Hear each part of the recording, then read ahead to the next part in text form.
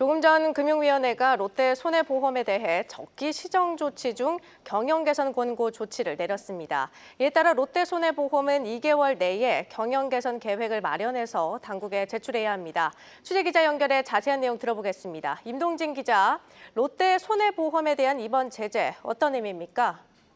네, 적기 시정 조치는 금융당국이 자산 건전성이나 자본 적정성이 낮은 금융사에 대해 재무 개선을 강제하는 것입니다. 이번에 롯데 손해보험이 받은 경영 개선 권고는 가장 낮은 단계의 제재인데요.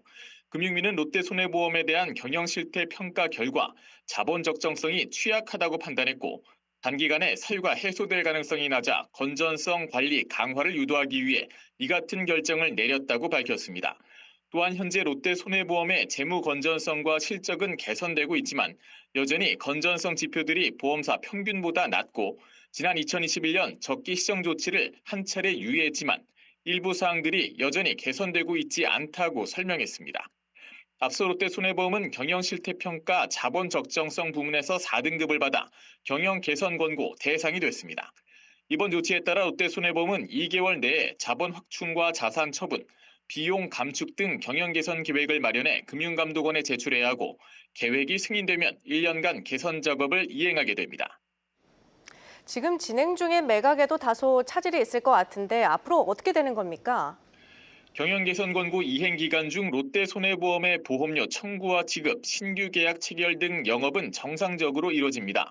9월 말 기준 롯데 손해보험의 지급 여력 비율은 141.6%로 당국 권고치 130%를 웃돌고 있어 재무 건전성도 안정적이고 실적도 개선되고 있는 만큼 소비자들 입장에서는 문제가 없습니다.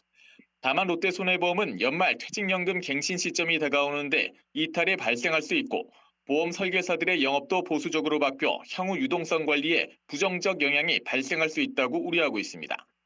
현재 추진 중인 매각에도 큰 변수가 될 전망입니다.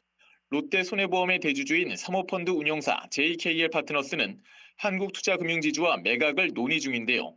금융위가 요구한 자본 확충, 즉 대주주의 유상 증자가 발생할 경우 신주 발행가액, 지분율 희석 등으로 인수가가 조정되고 시기도 연기될 수밖에 없습니다.